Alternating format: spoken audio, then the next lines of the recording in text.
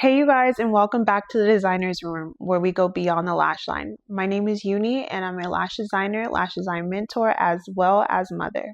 As you all know, we usually start with what's been on my heart, or like what's the focus this week. If I was to put my focus for the last week into one word, it would be stewardship. And when I say stewardship, in my quiet time with God, I just kept on having the word stewardship come up for me. I feel like God put it on my heart to practice managing what I have a lot better, the blessings that He has given me a lot better. As someone who is a intermediate or advanced artist, just reflect back on the time when you were first starting out, just praying that you were going to get to where you currently are now.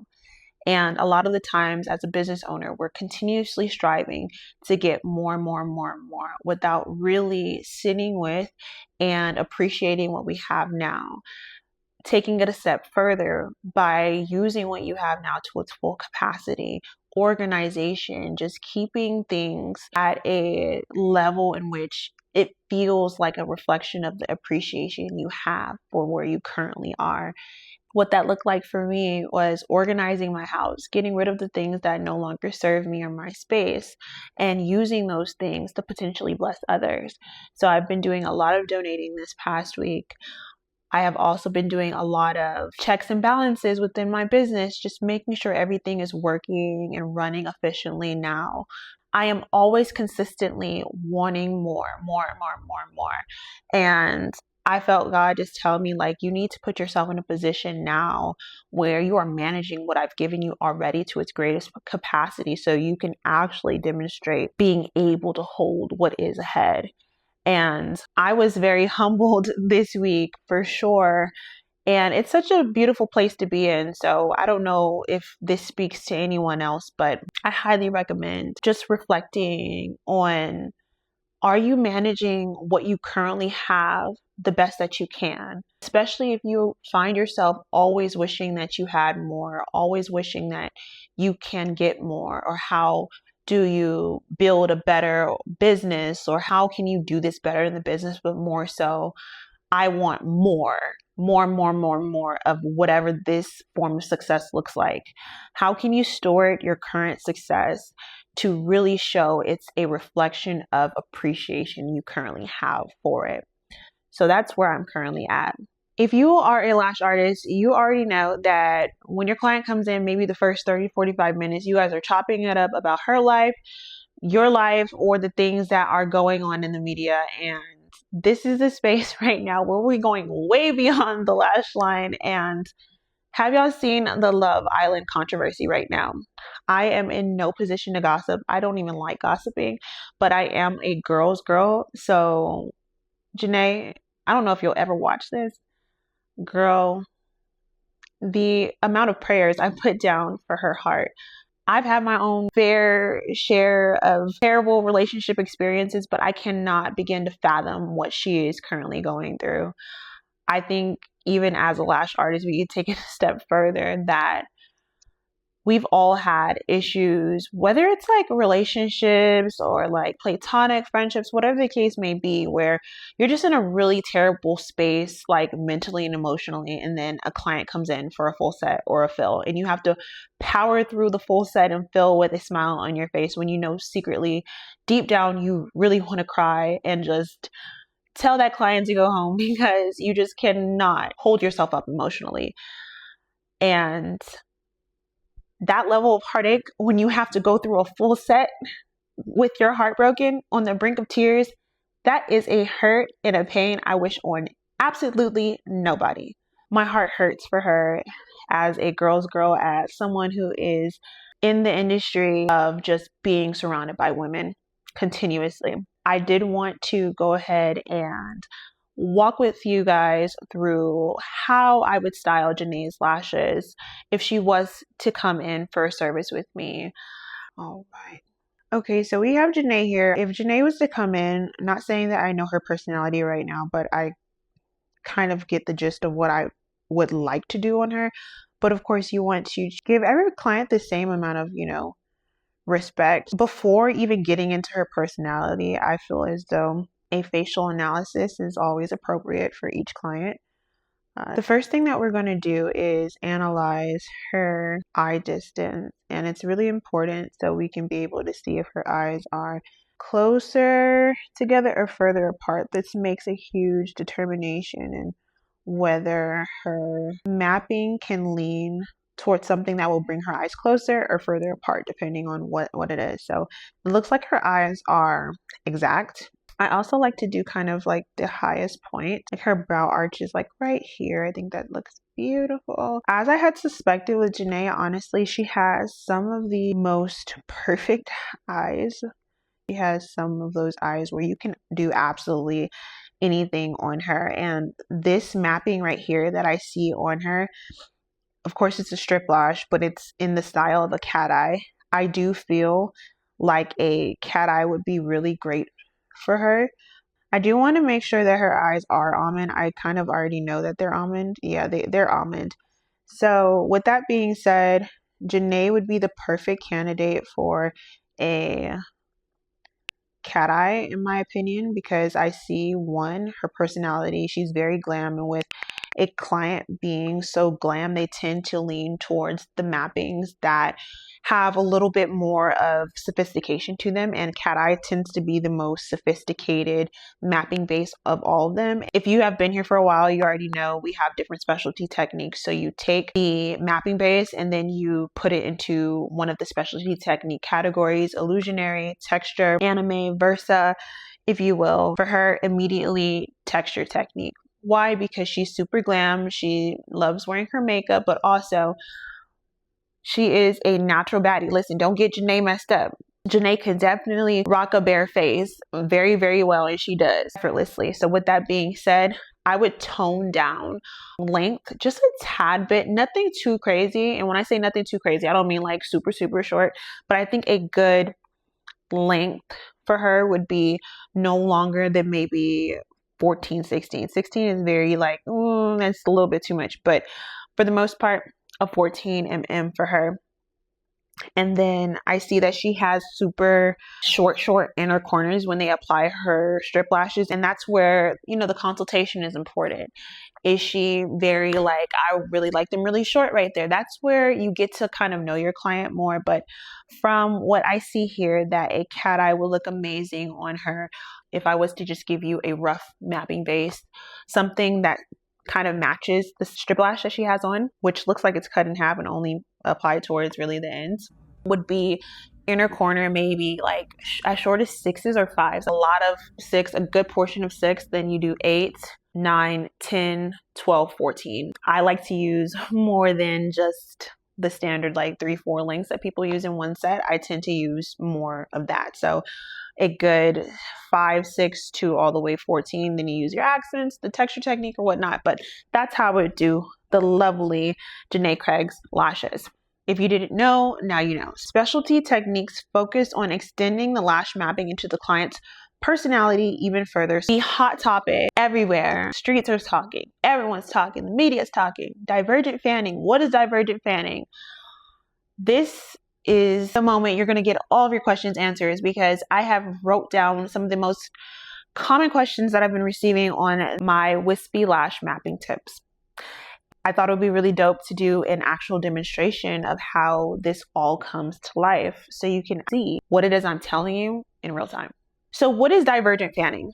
Divergent fanning is not narrow fans, it's not closed fans, and it's also not just wide fans. They are comparable to wide fans, but they are significantly different in their structure. Divergent fans have this very, very wide outward peeling effect. So the structure or even the types of lashes that you use to create divergent fans are extremely important, because you cannot just do this with regular standard lashes, and you also cannot always do this with every single type of easy fan lash. For instance, you have a closed fan, then you have a narrow fan, then you have a wide fan, then you have a divergent fan, like that. So it differs in the one type of lash that you're using, as well as the structure of the fan too. It has an outward peeling effect. It's something that I came up with some years ago around COVID time when I was looking to create wispiness in a set without putting a overwhelming amount of spikes in a set. That sometimes spikes tend to fall out a lot. Then when the spikes fall out, the set no longer looks like a wispy set. So if you address the wispiness at the base, then it makes the construction of the set over time still stable, and its stability being wispiness. It is something that I've been doing for years now, and with clients, they never complain that they lose wispiness or the crisscross effect in their sets when you are utilizing this technique. Also, when I came up with this technique, it was very important for me to have the best quality material and fibers to make this all come to fruition, of course. Hybrid fanning lashes, that's what I like to call them, because they're not regular fanning and then they're not all the way easy fanning. They have a very unique curvature to them as well. You can say that I developed these hybrid fanning lashes as a result of the development of the divergent fanning. Divergent fanning happened first, and then I perfected the construction of the actual lashes to better fit the technique. So it was finding the right manufacturer who can fit the needs of what this technique calls for without damaging the integrity of the client's natural lashes in the process. A lot of lash artists tend to struggle with divergent fanning because it's not something that they've ever done before, and it uses products that they may not be so comfortable with. I know a lot of, especially seasoned lash artists, are so used to regular fanning lashes that they can't even fathom or wrap their head around using what feels like an easy fan lash in their day-to-day. Another thing is, it is a 3-part process of creating the fan. So you're pulling it up from the strip, you're putting it back down on the strip, you're blooming it, you're picking it up, and then you're pinching it with your finger, trying to perfect that base and also create an adequate enough stem for it to be applied properly on the client's natural lashes. It's so many steps in this process to create the perfect divergent fan each and every time. It's going to, one, lengthen maybe the time of your full sets in the beginning. Of course, when you practice over time, that is going to improve too. For the most part, people just can't get over those 2 humps, so they tend to give up.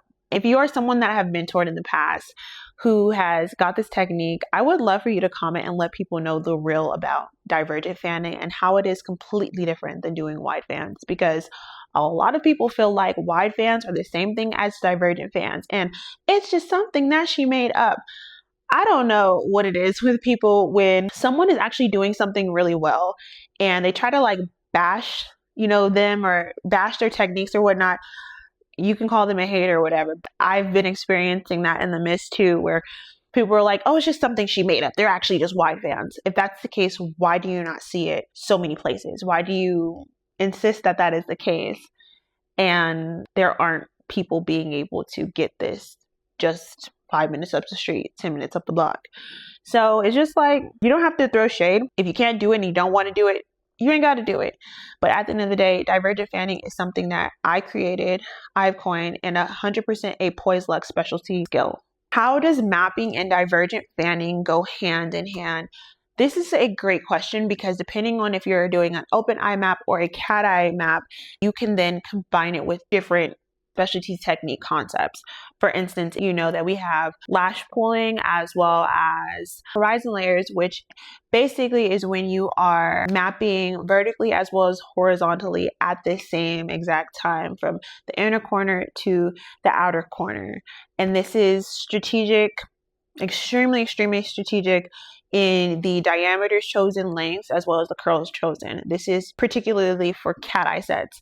Then you have your open eye maps that call for lash pulling, and that's using multiple lashes in one area.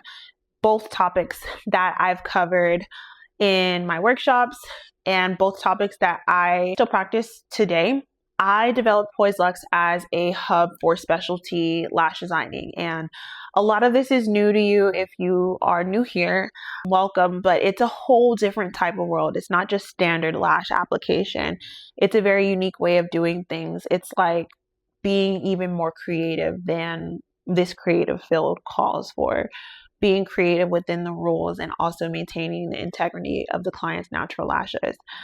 All things that are discussed in the 8-week program, Designing Lashes, Defining You. 8 weeks was definitely necessary to create a program in which you actually understand this, as well as the business aspect of things and all of that. DLDU is possibly the best thing that I've came up with to really give you more insight. I'm going to do an actual demonstration for you and walk you through the process so you can actually see it. So let's go ahead and get into the demo. Let's go. So let's just go down straight to how to create this fan. And like I said, we're using these very unique lashes that have the perfect technology to make these divergent fans still suitable for the natural lash. As you've seen, I had to pull some off of the strip, then I had to put it back down. It looks nearly perfect, right? So then you pick it up. Then once you pick it up, we do this very unique pinching method, which you will see right here. But at this point, the fan is already very wide. The pinching just adds more wideness to it. And as you'll be able to see here, when I apply it to the sponge, this is exactly how you would like your divergent fan to look. Next, I want to take it a step further and show you guys how this actually comes to life when you are working on a set, a client who has multiple layers of lashes, and the effect that this would ultimately give off using this fanning technique.